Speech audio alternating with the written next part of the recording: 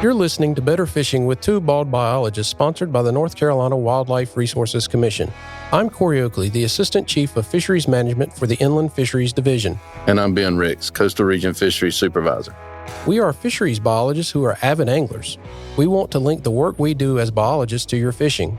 Our goal in this podcast is to use the information we have as an agency to help you catch more fish and learn about our state's great aquatic natural resources. Welcome back, everybody. It's the new year, and we're talking about a project or a species of fish that's near and dear to my heart in hybrid striped bass today.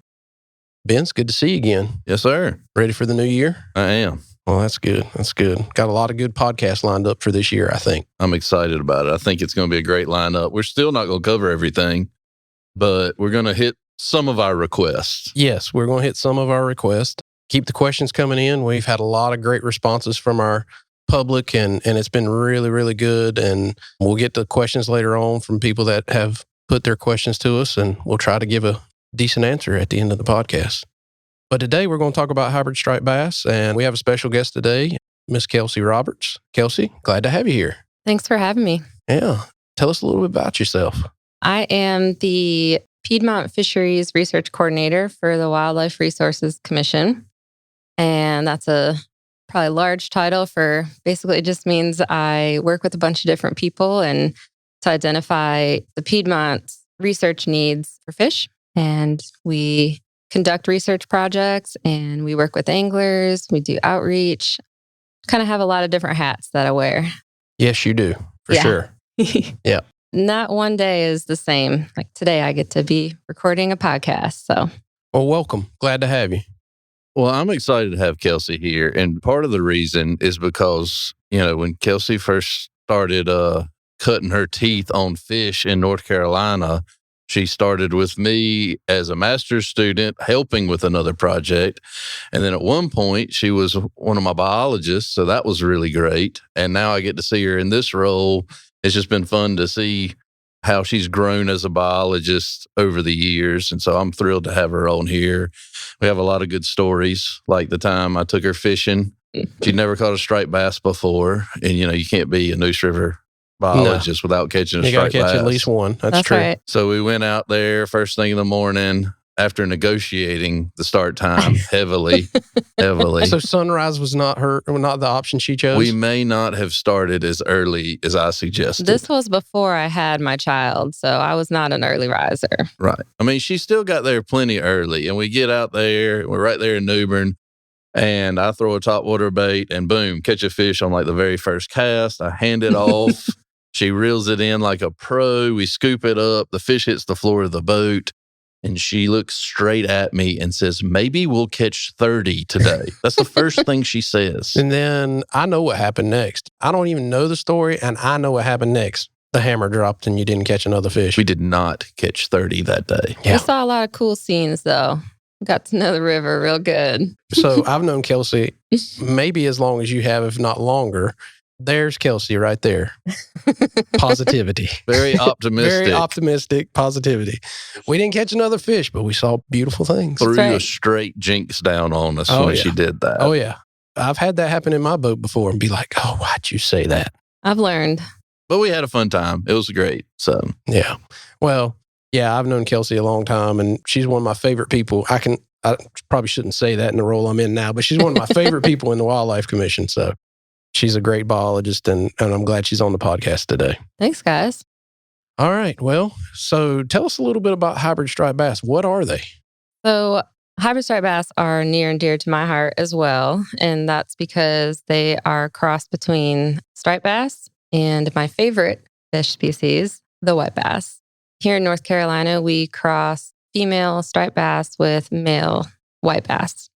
And we like them as managers because we can stock them in our Piedmont reservoirs and really any reservoir across the state. And they do a lot better than striped bass in some of our reservoirs. And so, they grow really fast because of the striped bass genes, but they're able to tolerate some of those higher summer heats that we see from their white bass genes. And so they're kind of the best of both worlds. So you kind of answered one of my questions, was why they do better. But my second question is, if white bass are your first favorite fish, does that make hybrid striped bass your half first or second favorite fish? Is that your cousin once removed or your cousin twice removed? Right. Yeah, they might be my second favorite fish. Okay. So Yeah. just because of the Just white because bass I love influence. white bass. Gotcha. Yeah. Interesting. And I also think hybrids are pretty. Right. Yeah. So here's a question I have for you, because I get this question all the time. Okay. A lot of places, hybrids, striped bass, and striped bass coexist. And I get this question every day, all day long. People send me pictures. If I had $1 for every time I heard this question, I'd probably be able to retire early. I caught a striper with broken lines. Is it a hybrid? Mm-hmm. So what's the answer? No. It depends. Depends. So most hybrids have broken lines, Yeah, but not all fish with broken lines are hybrids. that's true. You can have some. So there's plenty of striped bass out there with broken lines. So if you catch a fish, striper, hybridy looking, and just because it has broken lines, that doesn't mean that it's a hybrid. But what are the traits that we can rely more on to say this is a hybrid? Yeah, there's definitely a size range when you get a striper that's kind of the size of what a large hybrid would be. Sometimes they do look very similar. And I've even had a hard time sometimes when I'm out there.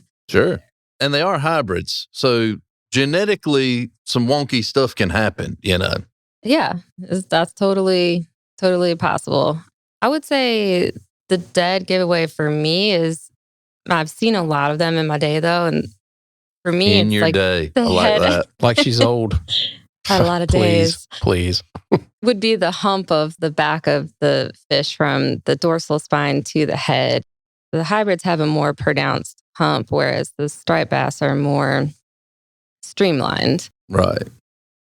And then there's also differences in the tooth patch that they have. But even I have a hard time distinguishing between the tooth patches. So my dead giveaway, and I've put my hands on more hybrids than I can count for sure In his day. in my day. My dead giveaway, I agree with Kelsey. There's that hump, which means it's just a deeper bodied fish. It's taller. The hybrid is taller than a striper, and that striper's much more elongated. But the mouth and the face is my giveaway because the hybrid's got that really small mouth like a white bass. Yep. And the striper is going to have a much larger mouth. I mean, you can have a really large hybrid and it's going to have a tiny mouth. Right. I mean, and we'll talk about catching them and all that. And that'll be one thing I'll point out. But that tiny mouth is kind of the dead ringer.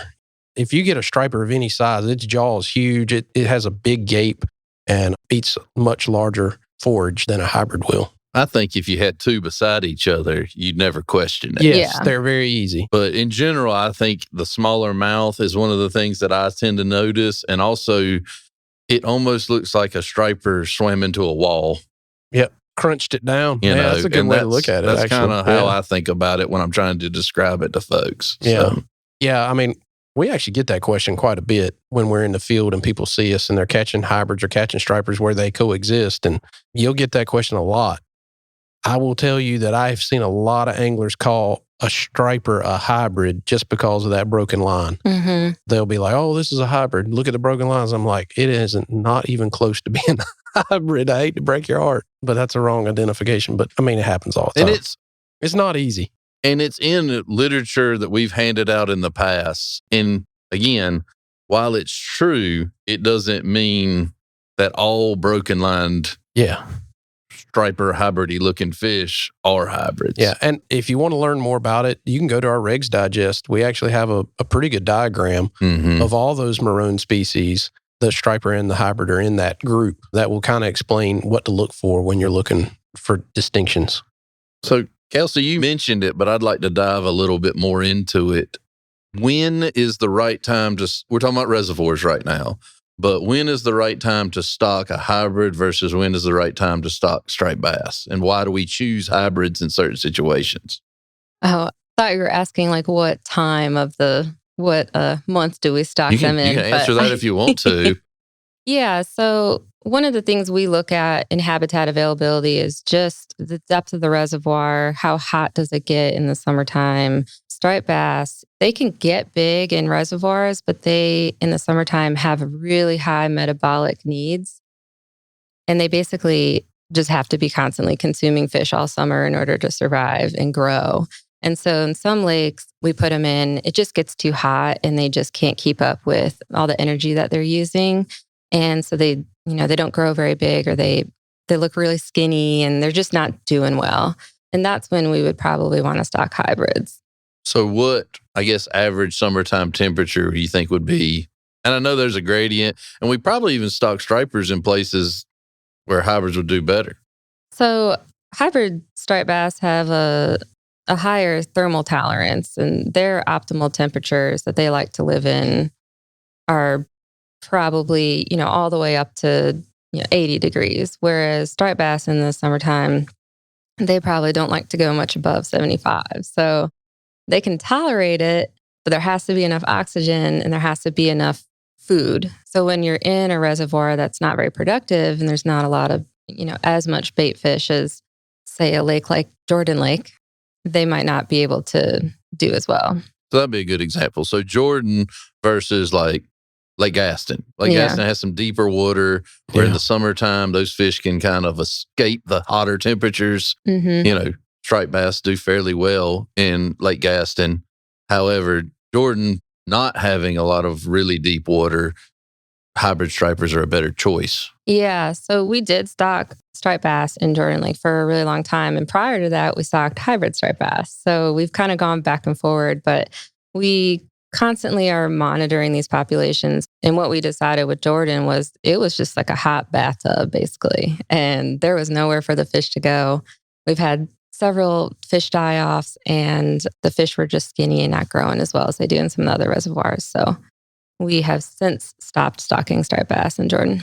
Yeah, the science nerd part of it is these fish, when they're in that hot bathtub situation, they basically they're still feeding and they're still eating, but their metabolic rate is so high that they can't gain any weight. And so from, say, middle May to mid to late October, they're eating, but they're losing weight. And so that when you catch one, you're like, oh, that fish should weigh 2 pounds more than it actually does. And then they gain weight all winter because they still feed through the winter because they like that cooler water.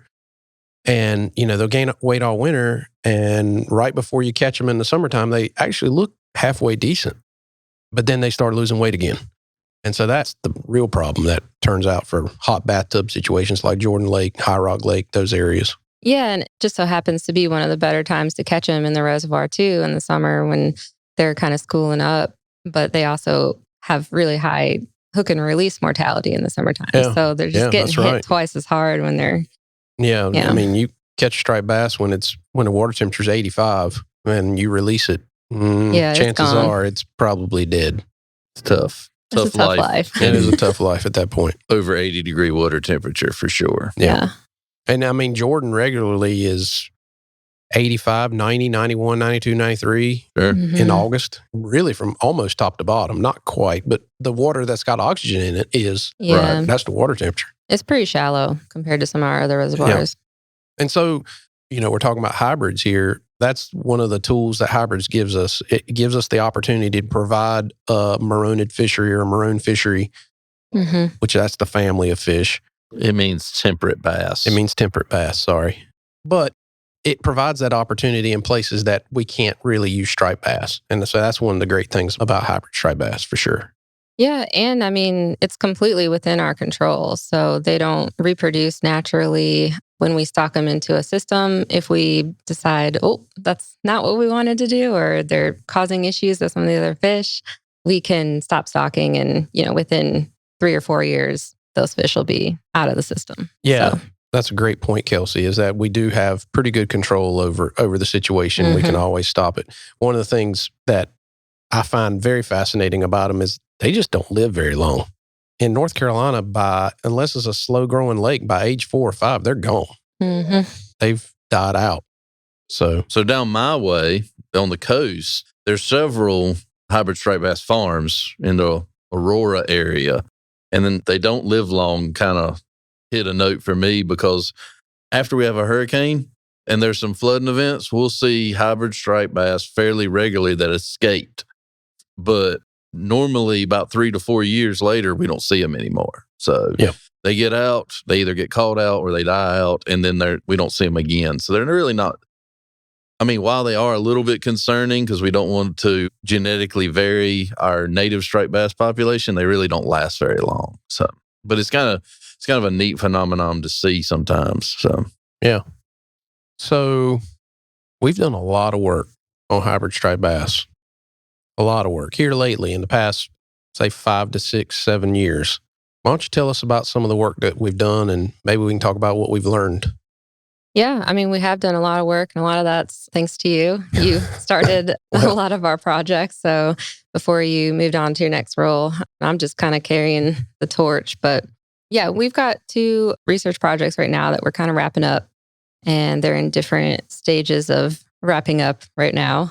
The first one is basically a fishing mortality study on Lake Norman, where we stopped stocking striped bass and we started stocking hybrids. And it was a really popular program just right off the bat. And we knew there were certain times of the year where they kind of pool up and they can get hit really hard by anglers. And so we were a little concerned about the amount of harvest that was going on. And we just wanted to know what the harvest was. So we started a tagging project where you and some of the other colleagues went out and caught 20 to 30 fish per month and tagged them with an external tag that basically had a number on it and a $100 reward. And so anglers could, call us back and let us know if they kept the fish, if they released the fish, where they caught them, what kind of lure they were using.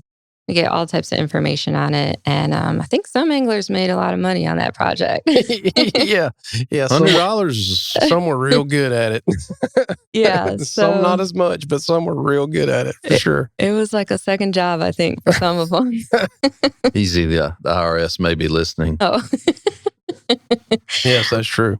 But yeah, so that gives us an idea of, we could look at monthly harvest rates or exploitation. We could look at seasonal. We could compare boat anglers versus bank anglers. And, we're still working on that data right now. But basically what we found is that the boat anglers are keeping about 50% of the fish that they catch.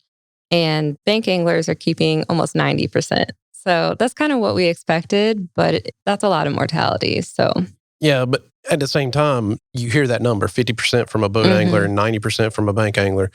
I can tell you from experience, I don't have the exact numbers in front of me, that boat anglers outnumber bank anglers probably 10 to 1. On Norman. Right. In terms of fishing on Norman, there's only a couple of places on the lake, that bank anglers can actually fish. And that's seasonal. Yeah, and that's very seasonal. Yeah, it was always in the cold winter months. And even now, the lake has changed how they operate those power plants and stuff. So the lake's changed a little bit. The bank anglers don't have nearly the success they had early on in the project. Now it's primarily boat anglers that are having more success because the fish are more spread out.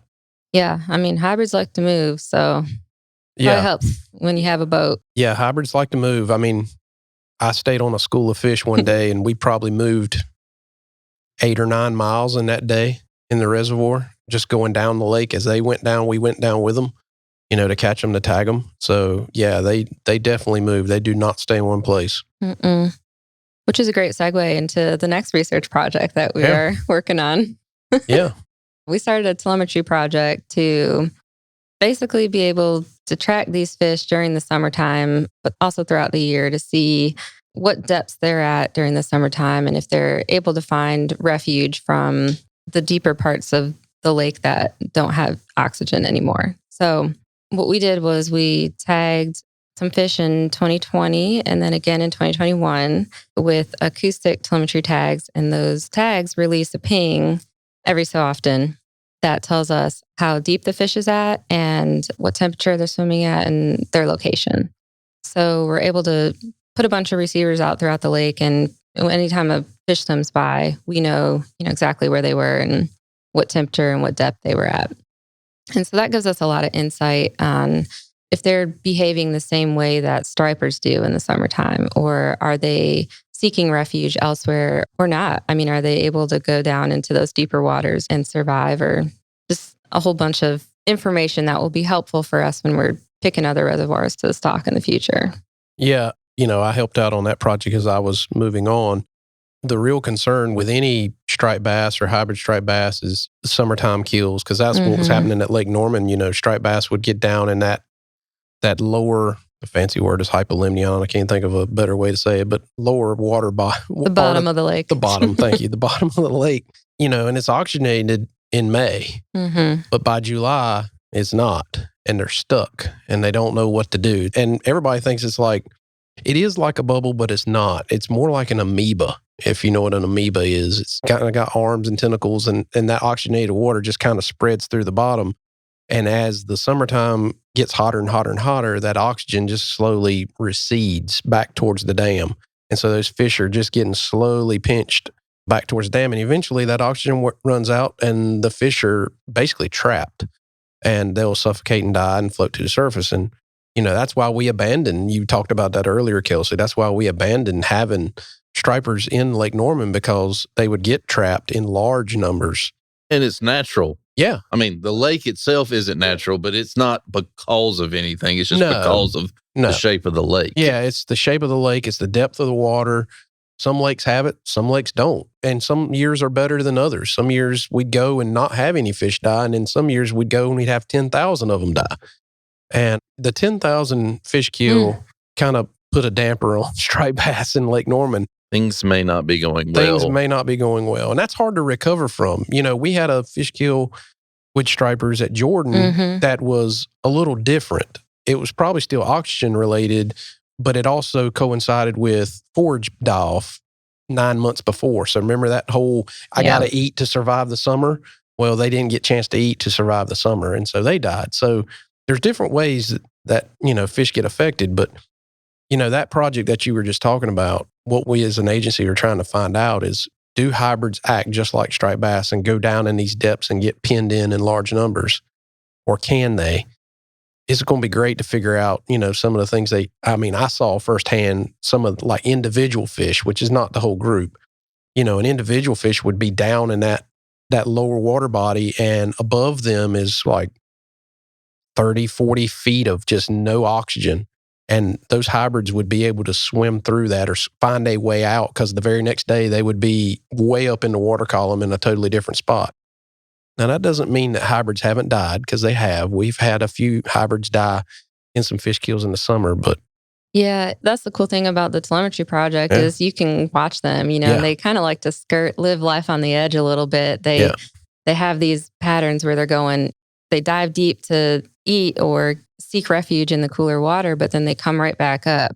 Yep. Whereas stripers, I think, they need that cooler water, so they stay down there longer and they die. But you can watch the hybrids on the receivers go down, and then, you come back next month and then they're still down there and you're like, well, he didn't make it. Yeah. But he tried. Yeah. Oh, yeah. Yeah. Yeah. I mean, like we said, we've seen fish die down there, and we've seen fish survive down there, get out of it, which is, that's true of probably every fish, but it seems like the hybrids on first glance have a better way of getting out of that anoxic water than the stripers did, for sure. Yeah. And like in general, I think they avoid that whole hypolimnion or bottom of the lake more than the stripers do. And, something that was a little interesting this summer was a lot of the fish were not where we kind of would expect them to be. They were seeking refuge in a lot of the river mouths or the creek mouths. And like there were some fish that stayed in one location for like 3 months. And I for sure thought they were dead. Like all through summer, they just hunkered down in that one location, like 3 or 4 of them.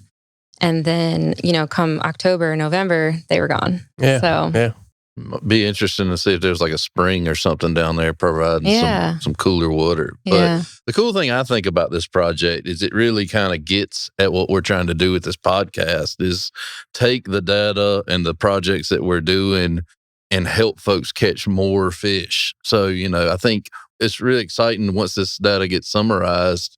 If you're struggling at a certain time of the year, maybe it's because you're fishing at the wrong depth, and maybe you need to go deeper, go shallower, what have you. So I think that this will put information in the hands of our anglers that will really be meaningful and helpful, and maybe they'll catch a few more fish. Yeah, that's the goal. If I can, somehow figure out how to process all those millions of pings first. Yeah, it is daunting when there's Yeah. like millions of data points to go through. You might need to check in on me in a couple of months, make sure I'm all right.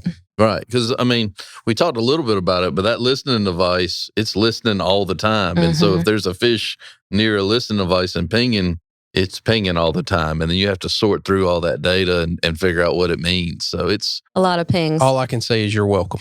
Thank you, Corey. You're welcome.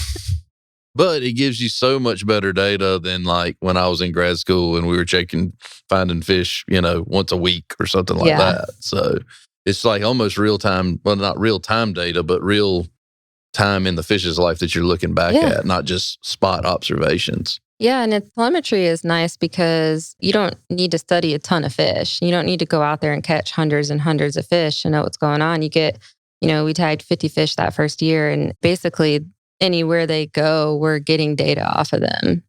Well, that's the beauty of a school in fish too. If one's going somewhere, there's the assumption that a good portion of them are moving together. So That's right. They generally were, not always, but a lot of times they were always found, there was a group of them together, and then you'd go up the lake and there'd be another group of them together. There'd be 3 or 4 tags in each group. So definitely they like to run with the pack, so to speak. So what do they eat?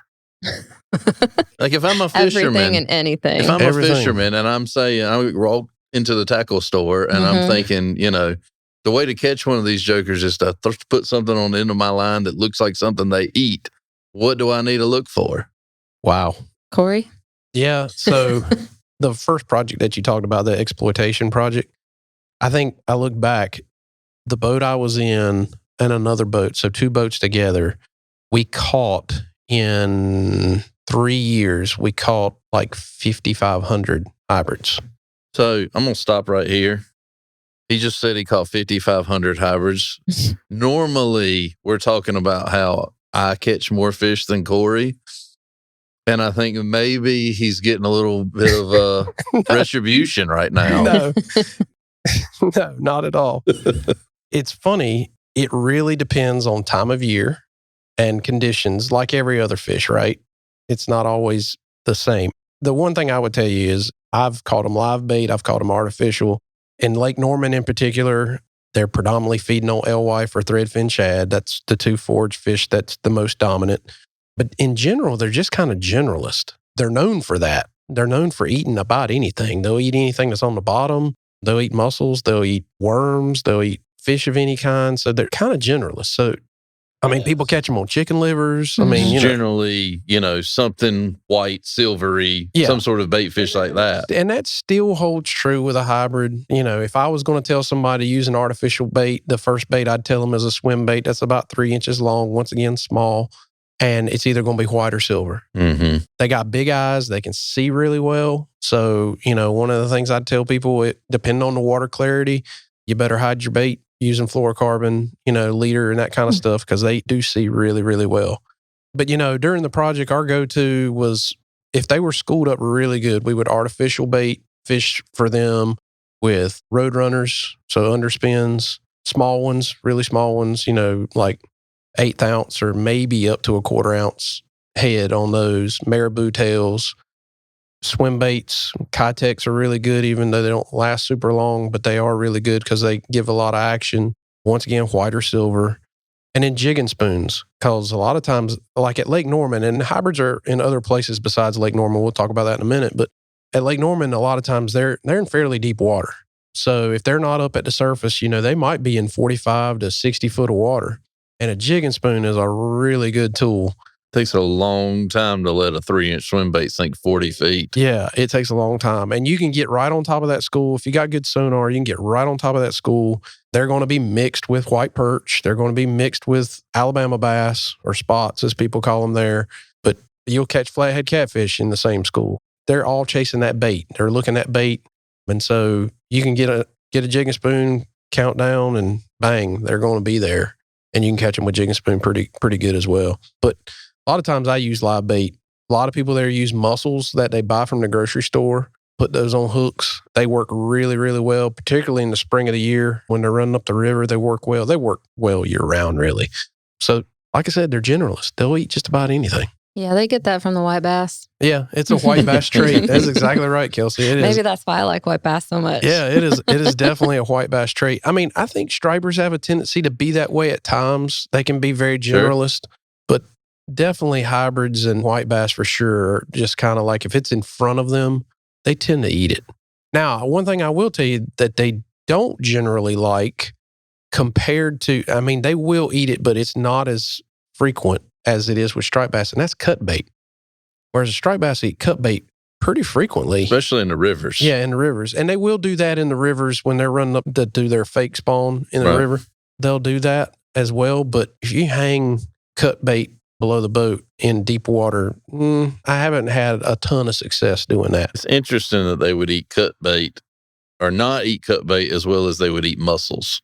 I don't know what it is about the mussels. So the fishermen there figured this out, particularly the bank fishermen figured this out early on in the hybrid striped bass fishery there at Norman. And it's well known now. I mean, I'm on all their Facebook pages and all that stuff, and they're all joking about, the mussels, buying mussels from the grocery store and running out. I tell people all the time, in that Mooresville area, the company that sells this brand of mussels has got to be like, what in the world is going on from Mooresville to Hickory to Charlotte? The grocery store. There's like a triangle. Mooresville, Hickory to Charlotte. They like sell out of these mussels all the time. It's like, who is living here that they love to eat our mussels so much? I'm like, they don't want to eat them. They're putting them on a hook and throwing them down there. I stumbled on that from the bank anglers. We started learning about it and we started using it, and it was very effective. In fact, it can be more effective than live bait at times, which is odd phenomena to me, but they really do like it. Corey, do you know if they use that method in any of the other lakes? Like, is it popular for hybrid fishing across the state, or is that just a Lake Norman thing? I only know it as a Lake Norman thing. Mm-hmm. I have tried it at Hyco briefly. I have not given up on that yet. And I've tried it at Oak Hollow, and it wasn't, once again, I'm fishing a lake that I'm not very used to fishing. So that's part of it. I'm trying to learn everything. So I haven't given up on it, but it was not like, ooh, I love this bait. Let me eat it. Are you putting it on the bottom? You can actually put it on the bottom a lot, like when they're up in the river, yes. But a lot of people suspend them. So if you want to go hybrid fishing, put one on a slip cork and drag it behind the boat. A lot of people do that too. There you go. I mean, we can talk about that till I'm blue in the face. We got time. This is the Hybrid Striped Bass Podcast. I know. I mean, there's all kinds of ways to catch these things. So if I'm going fishing and we'll get back more into fishing a little bit because I know we hadn't covered it all. What size fish do I need to be prepared for? You mean that you're going to catch? Yeah, if we go hybrid fishing, what's the range? It depends on the lake. So I'll say that up front. Generally, at Lake Norman, the fish don't get super huge, and that's just a Lake Norman thing because of a nutrient load issue. I would say good fish range from 16 to about 22, 23, 24 inches, something like that. Now, a 23, 24-inch hybrid, that's going to pull your string for sure. They're pretty strong fish. I have seen them bigger than that at Norman, but they're not very common. Mm-hmm. But now you shift over into where Kelsey and I used to work in District 5, and you get to like Oak Hollow, which is a really small reservoir, but the fish there, the quality there is through the roof. I mean, really good quality hybrids that we've seen there. I got pictures of Kelsey holding, 9, 10, 11-pound hybrids. So it just really depends on the reservoir. But you're not going to get, the state record is, I think, 14 and some change. So you're not going to get that striped bass size like the 20, 30 pounders. You're not going to get that. But I will dare say you catch a 10-pound hybrid, you got something on your hands. What kind of tackle are we talking about? Medium action rods? Yeah. That's generally what I fish with is medium action rods for the most part. And what pound test? Generally. So at Lake Norman, the water's very clear. And so like braid is like 12 to 15 braid. And then my leader is usually like 8 pound. Gotcha. Because you're not going to catch too many that are above like 5 pounds. Now, I will say from some of my previous days, if you're using 8-pound fluorocarbon, you have to have your drag set. Yes. Can't stout them. Right. You got to have that drag kind of fine-tuned if you're going to throw that light of fluorocarbon. Yeah, I've found, and people listening are probably going to be like, no, he's wrong. And that's fine because I'm not the genius at this. There are other ways to do There this. are other ways to do this. But, I found that the 8-pound is thin enough and clear enough. And usually the leader is fairly long so that they can't see your line. I mean, you can get in places at Norman. What would you say? You can see 8 to 10 feet down in some places. Oh, at yeah. Norman. Yeah. Mm-hmm. Yeah, it's pretty clear. Yeah, it's pretty clear. It's pretty clear, especially as you get lower towards the dam. It gets pretty clear. You have to adapt to that because they, like I said, they have really good eyes and can see pretty well. And Hyco's pretty clear as well. Those are really the two lakes I can speak to, but Oak Hollow's pretty eutrophic, so you can't really see very far down. Yeah, you can see maybe 12 inches down. Yeah. And so they're growing in different systems. We got them in different places. They're in Moss Lake, just west of Charlotte. Mm-hmm. We got them in a couple of city lakes scattered throughout the Piedmont. And they're up on W. Carr Scott, up in the mountains, foothills mountains area. Mm-hmm. And so we don't use them everywhere, but we do use them when we think it's appropriate. And, they're a great fish to catch. They're really fun to catch. They're actually good to eat too. I think all that whole family, the temperate basses, as Ben says, that whole family of fishes are pretty good eating fish for sure. So we've laid down the temperate bass word twice now, and we probably need to explain what that means. So Why don't you do that? But much to the chagrin of all bass anglers, largemouth bass anglers, Or not bass. they're not a real bass. They're sunfish. They're in the same family as bluegills and crappies. They're a sunfish. Whereas the temperate bass, or some people even call them true bass, I'm not trying to offend anybody who's a largemouth bass fisherman. I can give you his phone number, his personal phone number. No, You can find Ben Ricks at, never mind, I won't do that. two-balled biologists. Yeah, that two biologists, right. Two-balled biologist at ncwildlife.org. There it Yes, is. there it We'll is. say it Say the it right, right. way. So in case anyone does need to send me a thing Need to about vent. that. That's fine. But largemouth bass, again, are sunfish. The temperate bass is a whole different group of fish that are different from the sunfish. And they include white bass, white perch, striped bass in North Carolina. Yep. And then there's a couple other, like the yellow bass Yellow that's found bass. in the Mississippi. Yep.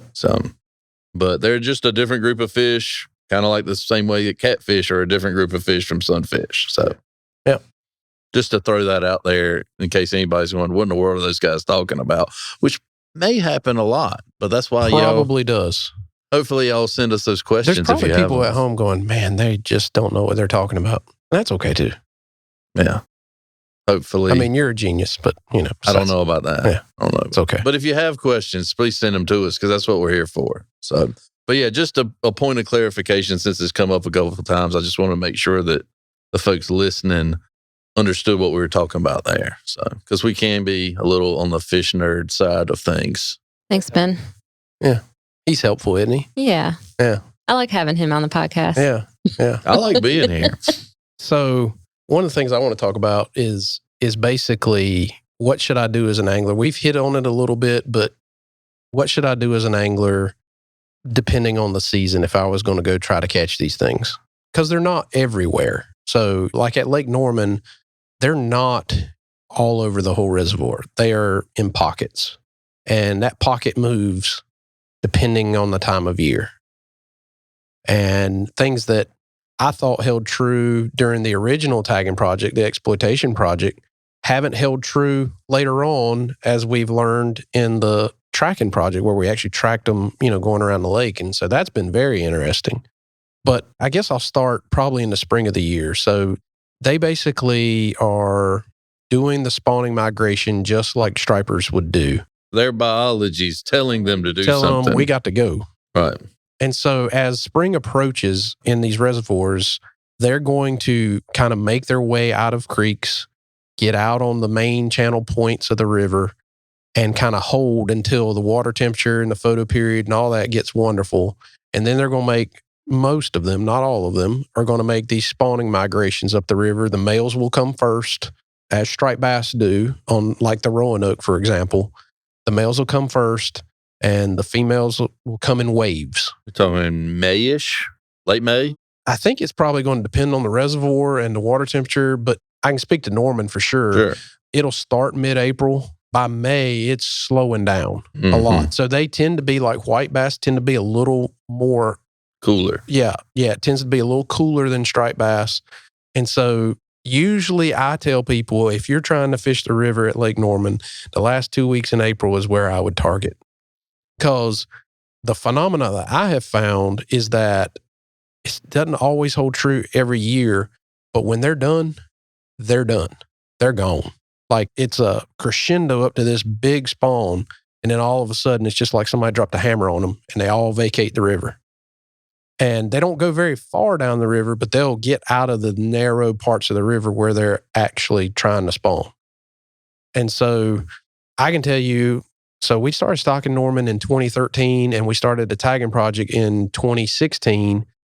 And the first year, me and the guy that volunteered on the project, we had the river to ourselves. I mean, we didn't see a boat within miles and we were catching fish and it was like Christmas morning as a 5-year-old. We were having the time of our lives. The next year, we saw maybe 5 boats in the river. The next year, we saw 250 boats in the river. And now you can practically walk across Somebody the boats. told somebody Somebody something. learned. Yeah. Well, that's my job. That's right. That's my job. My job is to tell people where fish are if I know where they are. And so during that spring run, they are really congregated in a tight place and fairly susceptible to being caught. I mean, I've had moments where me and my buddy, we've sat in one spot and maybe caught 100 or 100 plus in 3 hours. And you didn't move, you know. That's pretty solid action. Pretty solid. I mean, and they're in such groups and the water's so shallow up there at Norman in certain spots that you could dip the one that you got on the line and you would dip 5 because they're herded up together. They're running together, you know.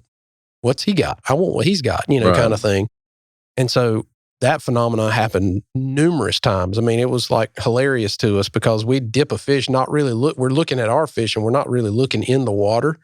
And we'd come Now up with I'm 3 or figuring 4 out more. why he tagged so many. It's because he caught one and dipped 5. Well, that only happens in the river and it only happened probably 5 or 6 times. It didn't happen that often. Skewing your numbers. Yeah. But as you move into summertime, when the population was smaller, we didn't see them a whole lot in the summertime. But Kelsey, what do you know about the summertime and where they are? Because people have figured this out now that the population's been there long enough. People have actually figured this out. I'm going to test Kelsey and see if she knows where they are in the summertime.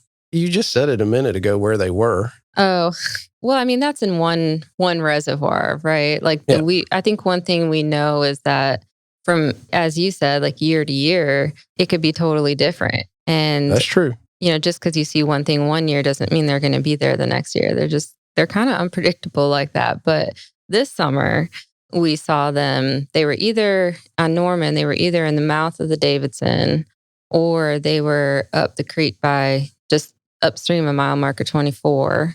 Guys, we're getting real specific on where to I go know. now. But hey, just telling some, Don't worry. The fishermen already know where they they already are. know what I'm saying. But it's a shallower area. There's flowing water. And I think that's why they liked it, was because it had oxygen in it. Yeah. So fish like to breathe And swim. and swim. Swim, breathe, and eat. Things they love. One thing I learned about it being on the boat with y'all was that they generally are in the river channel, or like Davidson Creek's kind of like being in the river channel. It's a big creek.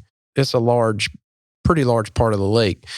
Is that they are, you said it earlier, that they are basically trying to find the best of both worlds. They get as deep as they can and they're still able to breathe and there's still food there available to them. So they're not necessarily up at the shallowest part of the water in the summertime. They're going to be in the cooler part. So what I would tell anglers is look for the thermocline on your sonar. They're going to be right above it or right in it.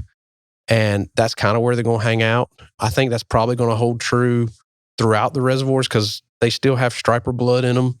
And so they're going to seek that cooler water, as cooler water as they can find.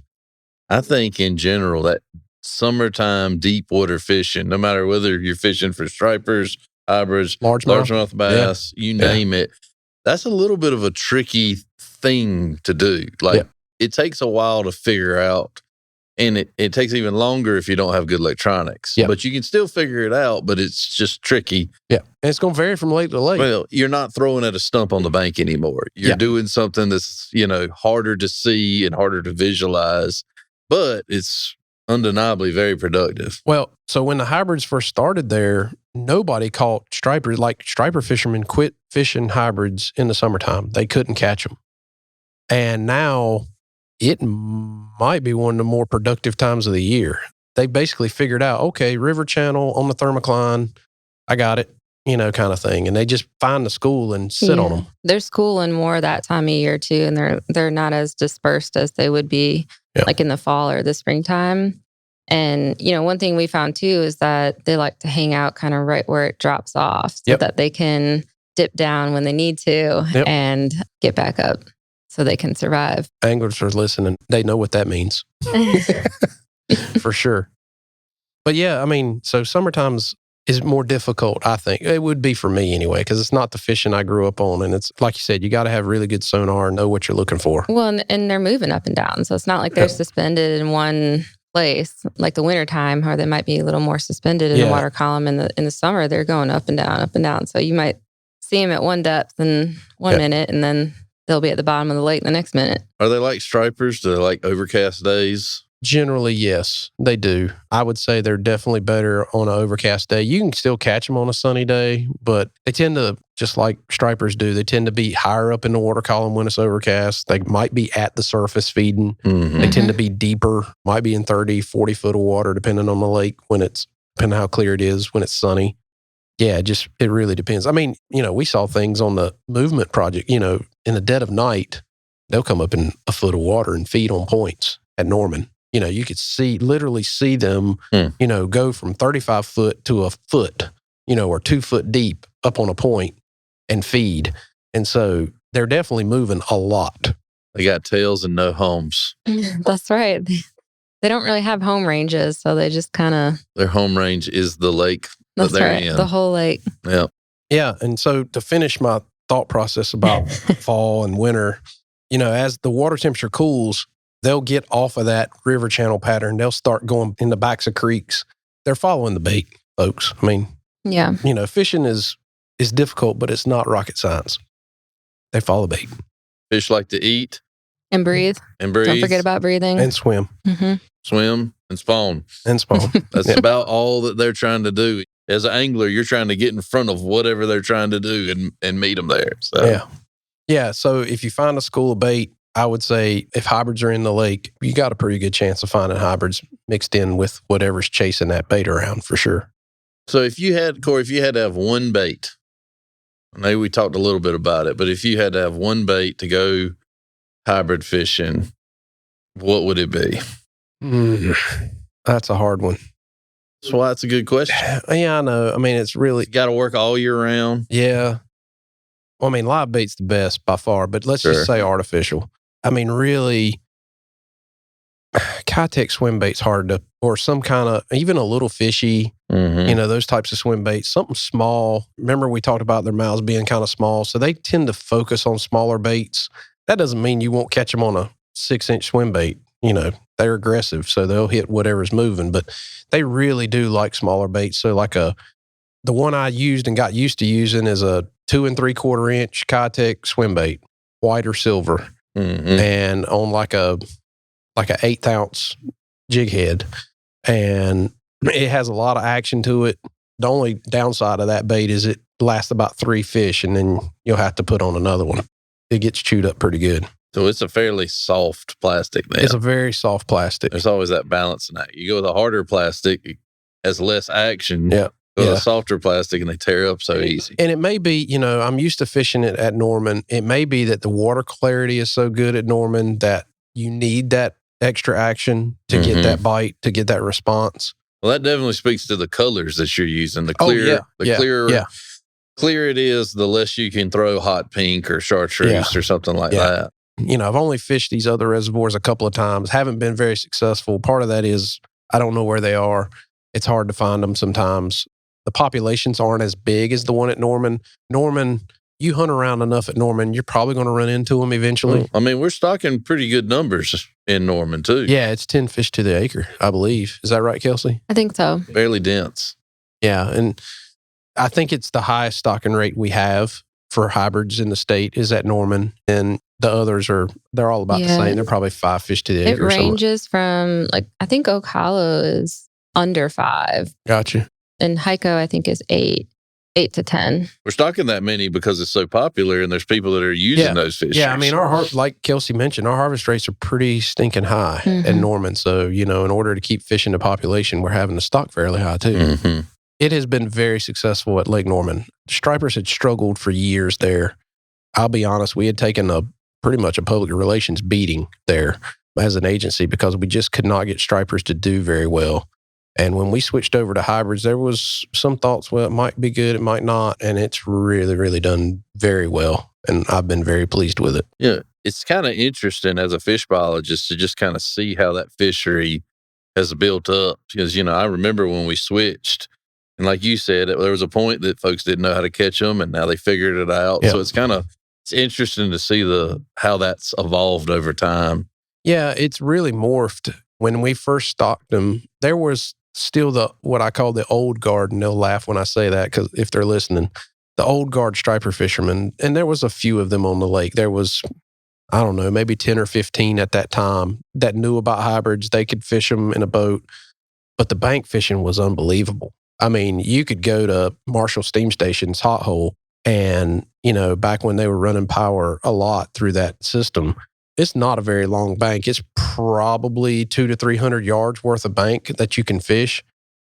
You could go on a Tuesday morning when they're in there and there'd be 150, 200 anglers in there. Now that's changed.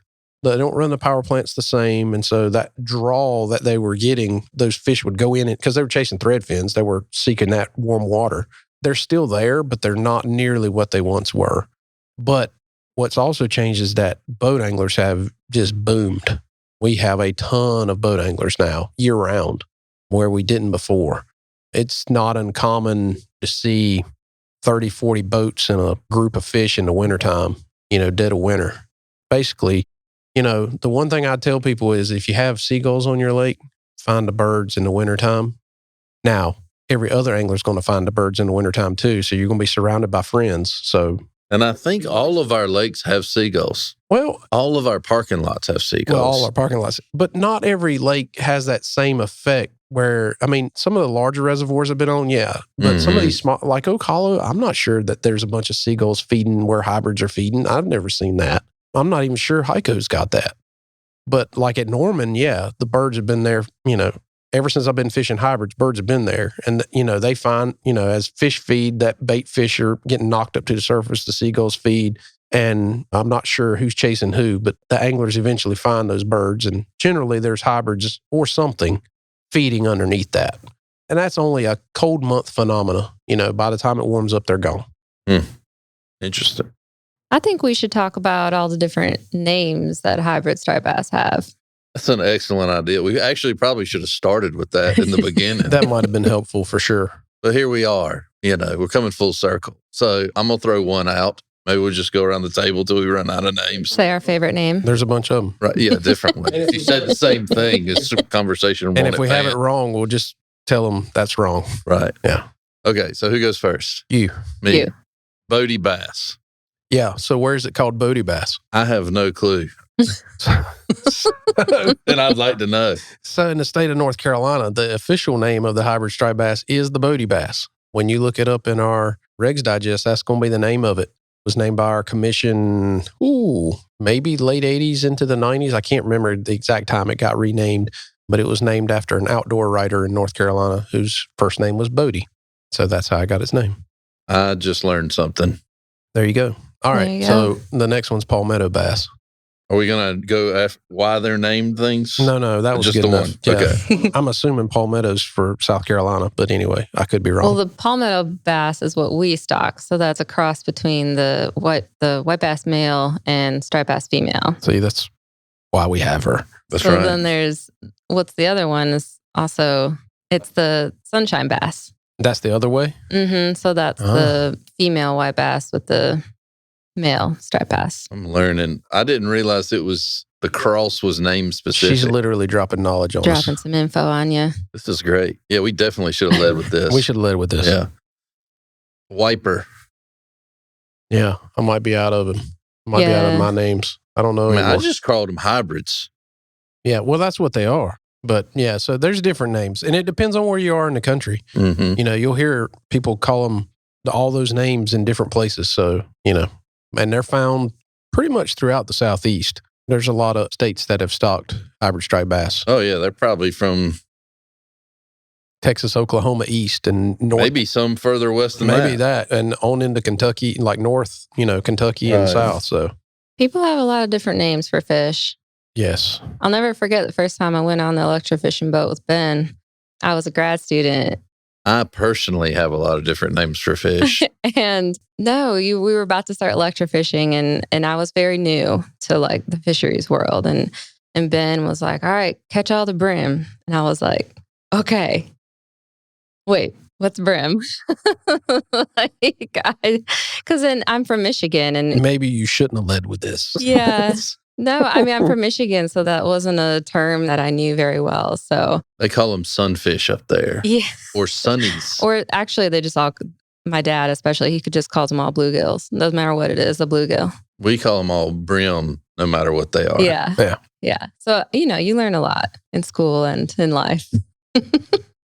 Hang around Ben long enough, you'll learn something. Maybe. Maybe. It might not be useful, but you'll learn something. That's true. All right. Is it time for listener questions? Yeah, let's do some listener questions. First, let's see. What do we have here? We've got Mr. Mass. He sent us an email. He wants to know about the spring shad run and if we will ever do a podcast about it. Yes. Yes.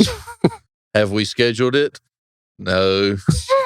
But it is a great idea. We're really lucky that we have so many fisheries in North Carolina that we're struggling to get them all scheduled into a monthly podcast. We will do a shad podcast. We may do it sooner than we think, but right now we don't have any plans for it.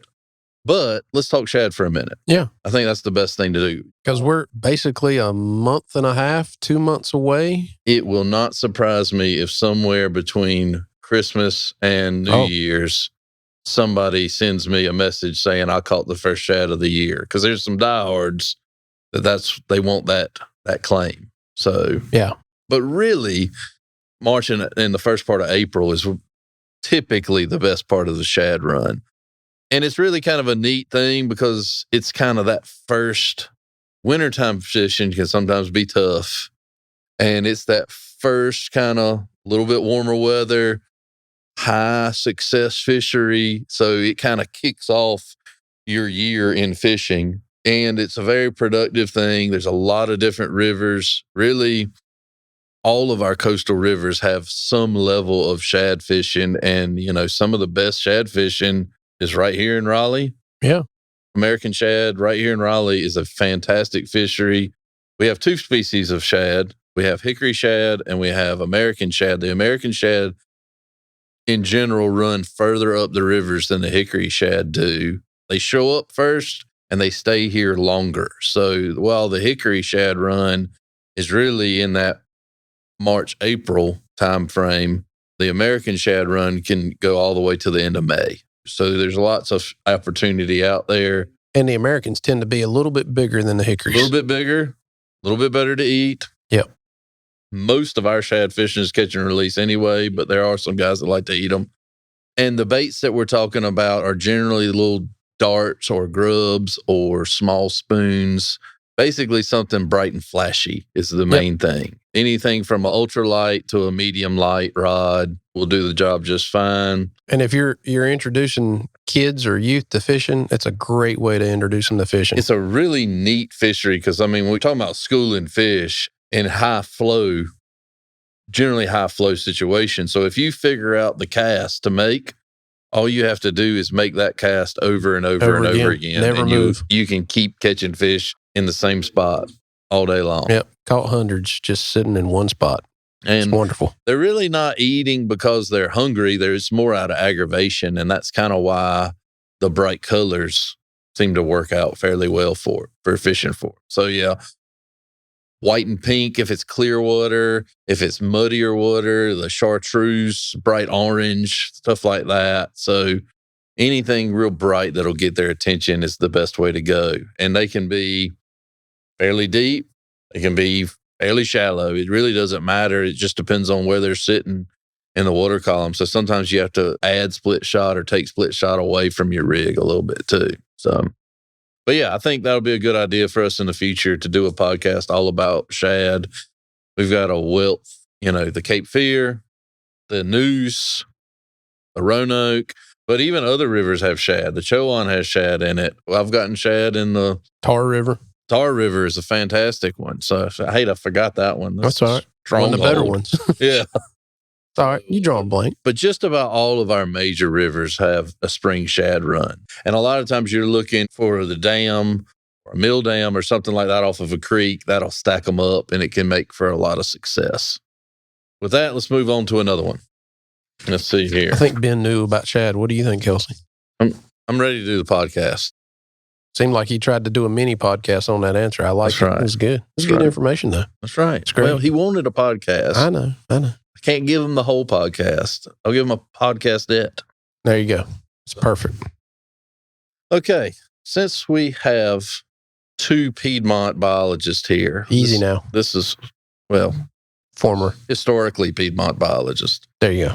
Spotted bass on Lake Gaston and Roanoke Rapids Lake. It just popped up. Where'd they come from? Mr. Braswell sent me this question. Well, first, they're not true spotted bass. They are Alabama bass, even though I know he calls them spots. And For that's fine. years, even we called them spotted bass. I still call them spots even now. In Gaston, there are some spotted bass genes. Oh, see, look They're at a hodgepodge of the bass. There are a hodgepodge. We've been taking genetics from all of our lakes and rivers in North Carolina, and that's one of the interesting things we found out about Gaston is that there are some spotted genes, but it's predominantly Alabama bass. So in the spotted bass world, let's clarify this for a second. Mm-hmm. We kind of jumped ahead. There's spotted bass and then there's Alabama bass. And they're at one point, We all thought they were the same. but They look the same. the research and genetics have shown that they're 2 different things. And so that's kind of what Kelsey was saying is that the fish in that chain are a little bit of both, right? Yeah, but Genetically. mostly they are Alabama bass. But And if we know anything about Alabama bass, it may mean that eventually it'll be all Alabama It'll be bass. all Alabama yeah. bass. right. Yeah, that's one of the things they do when they get into a system and why they're such good invasive species is that they outcompete all the native bass there. Even if they're spotted bass or smallmouth bass, they tend to intermix with them. So they're not native. We've covered that. Right, they're not native. They're from Alabama, but we have spotted bass in some parts of North Carolina. Depends on which way the water flows. Yeah, and they've peacefully coexisted with the smallmouth bass forever, but now they've gotten Alabama bass through one way or another, and I think that's the problem is we don't know how they came here. We have an idea, but we don't know. We can't say for sure how they got here. We but don't know, but we do know. most likely they were an introduction, not by us, but Yeah, anglers love them, and so Mhm. anglers have moved them. I'll say it. and continue to move And them. continue So to you're move going to them. see them start popping up in a bunch of other reservoirs as well, not just Gaston. Yeah, we've seen that they've spread like wildfire, and anglers keep moving them around. Please stop moving fish. That's our public service announcement of the podcast. Please stop moving fish. I mean, whether you're dumping an aquarium or dumping a live Right. Yeah. well, there is intrinsic risks Yes. to our native fish species if that happens. Our agency has historically done it moons ago, long before I walked the earth, and it's had consequences. I mean, we've talked about it on the podcast. It didn't work out when we did it either. No, it didn't work out when we did it either. Exactly. So the most likely source of where these fish came from is they were introduced by anglers. Yeah. They dumped their live well out, and maybe they didn't even know they were turning loose a spotted bass. They may have just thought they were turning loose bass, and it may have been done innocently enough. That's right. But it's having some ramifications. That's exactly right. Yeah, that was a really long answer. Sorry. No, it's good. The answer again was, where did they come from? We answered that. It was Yeah. on the back end, but we answered Yeah, it. we don't know, but we think. So this is an interesting question that was brought up by one Mr. Larson, and he said he's been having a lot of success on Lake Jordan. He was asking about LiveScope and other forward-facing sonars, and he says, what do you think the impacts will be on the fisheries as these technologies get more widespread? Who wants that one? I'll go first, and then you'll correct me. I will. How about that? I've got some forward-facing sonar on Yes, my boat. you do, Got and I some don't. thoughts.